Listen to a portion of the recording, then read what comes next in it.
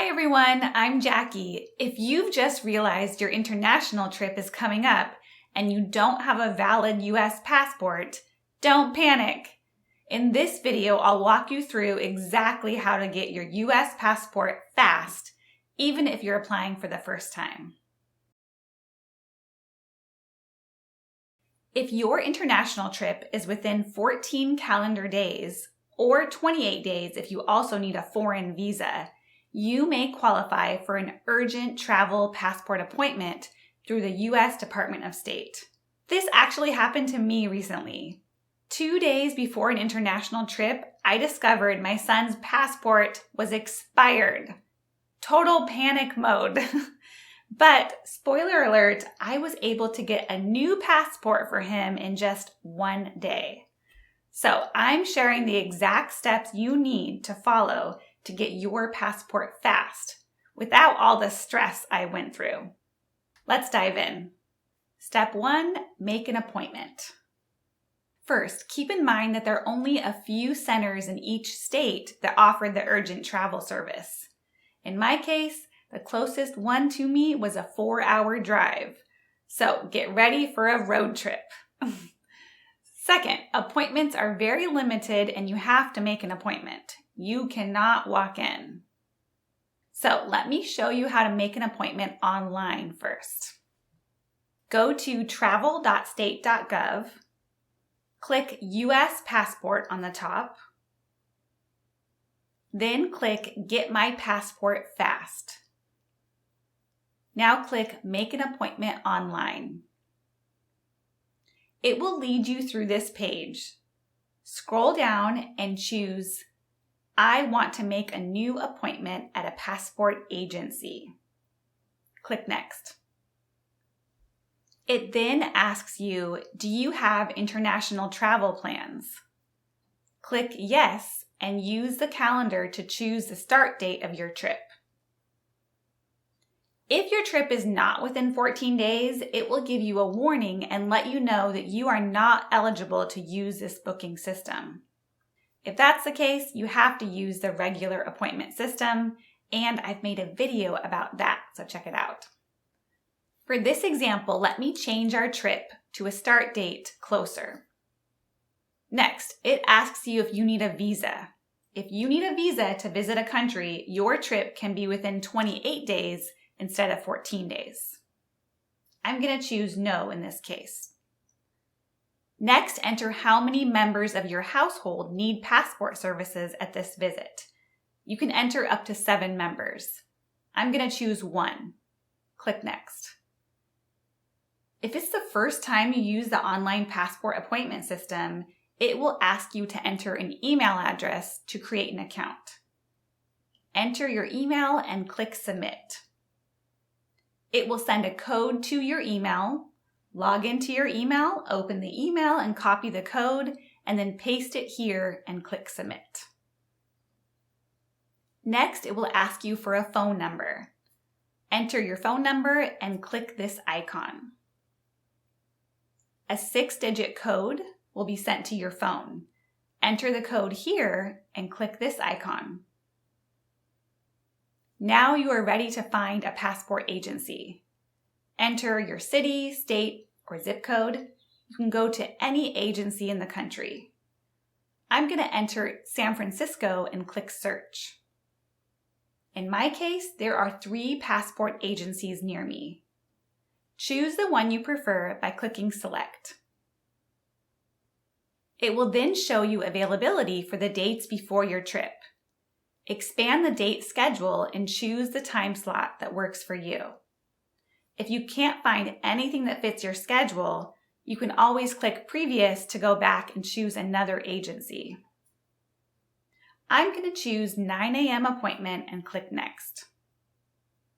The next page shows the date and time of your tentative reservation and the passport agency you chose. It also gives you 15 minutes to complete the reservation. If you don't complete the reservation, the appointment will be available to other customers. Okay, let's fill out the rest of the information. First, enter the first 3 letters of your last name. If your last name is only 2 letters, use X for the 3rd character. Next, enter the first 3 letters of your city of birth as it appears on your birth certificate. No spaces or periods. Then enter your phone number. It is pre-filled with the phone number you entered in the beginning, but you can change it to a different phone number if needed.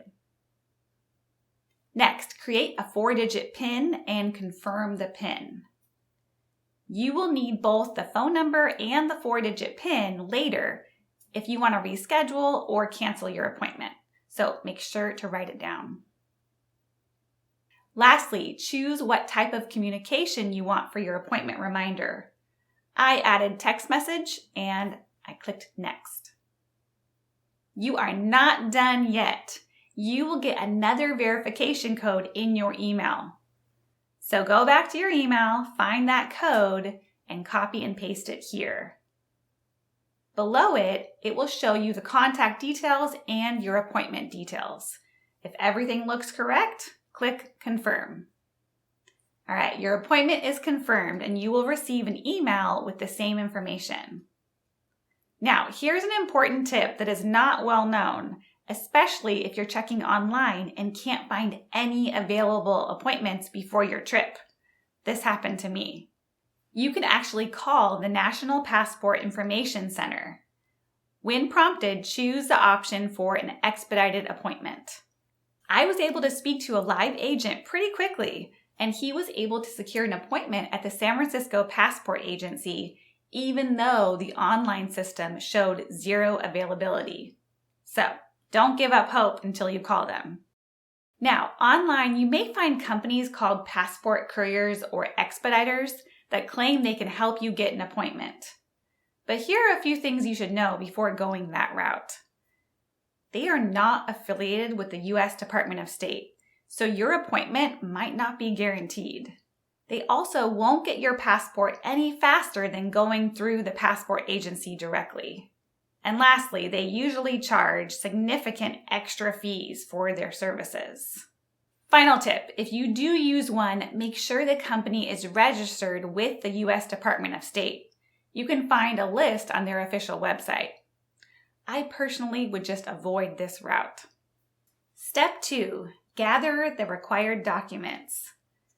Now that your appointment is confirmed, you need to gather all of your required documents for the appointment. Here's what you'll need. First, your confirmation number for your appointment. Proof of your upcoming international travel, such as a flight itinerary or your tickets. This is absolutely necessary. We saw a woman literally with a suitcase at her passport appointment, but they would not issue her a new passport without proof of upcoming travel. Your completed DS-11 application form. Remember, don't sign the application until you get to the passport agency. You'll also need original proof of citizenship, which can be either your U.S. birth certificate or certificate of naturalization. You also need original proof of identity, which can be your in-state driver's license or your state-issued ID. You need a color passport photo that meets the official requirements. I recommend getting this done at CVS or FedEx. Bring a debit card or credit card to pay the fees. And for those of you with a name change during the naturalization oath ceremony, make sure to also bring the certificate of name change. Step 3, attend your appointment. Let's talk about what actually happens on the day of your passport appointment and how to make it as smooth as possible. First, double check the list of required documents the night before. You don't want to get turned away for missing paperwork. Also, plan to arrive at least 30 to 45 minutes early. Don't forget to factor in time for traffic and parking. It can be tricky, especially in big cities. My appointment was at 8 a.m. I actually left home at 3 in the morning and got to the agency by 7:30 in the morning. There was already a line forming outside the building. Once they opened the doors, they checked our appointment confirmation and ID. Then we had to go through airport-style security. Just a reminder, walk-ins are not allowed, so don't just show up without an appointment. Our passport office was on a different floor. So after getting upstairs, we joined another line where they re-verified our appointment and gave us a waiting number. The waiting area was very busy. I didn't realize so many people need last-minute passports. After about 20 minutes, we were called to a window. I handed over all of the documents, and the agent reviewed everything, including our travel itinerary to confirm our travel was within 14 days.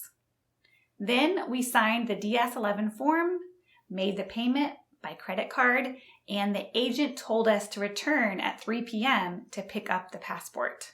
Tall building here. In a giant line. Giant line. There's about, what, 200 people in there? Yeah, packed in there, but we had the nicest agent, and she said we can get his passport today, so yay! This afternoon, 3 p.m. At 3, yeah. So, and then we're going to be a long drive home. Yes. And then we're going to do it all over again. Leave at 3 in the morning again, so. All right. But very grateful. So where are we going now? A cafe. After that, we went out for lunch and did a little sightseeing, trying to kill time. We returned to the agency around 2:30, hoping to beat the rush.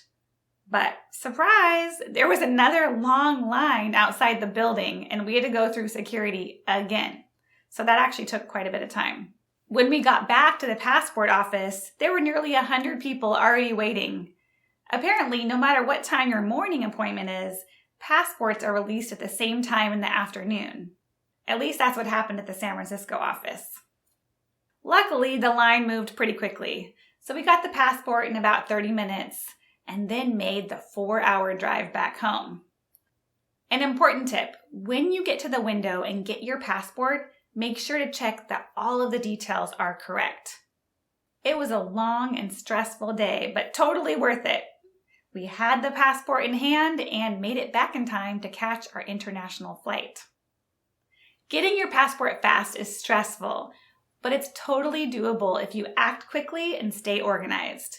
Hopefully my video gives you a clear idea of what to expect and how to prepare. Good luck with your application, and let me know where you're heading.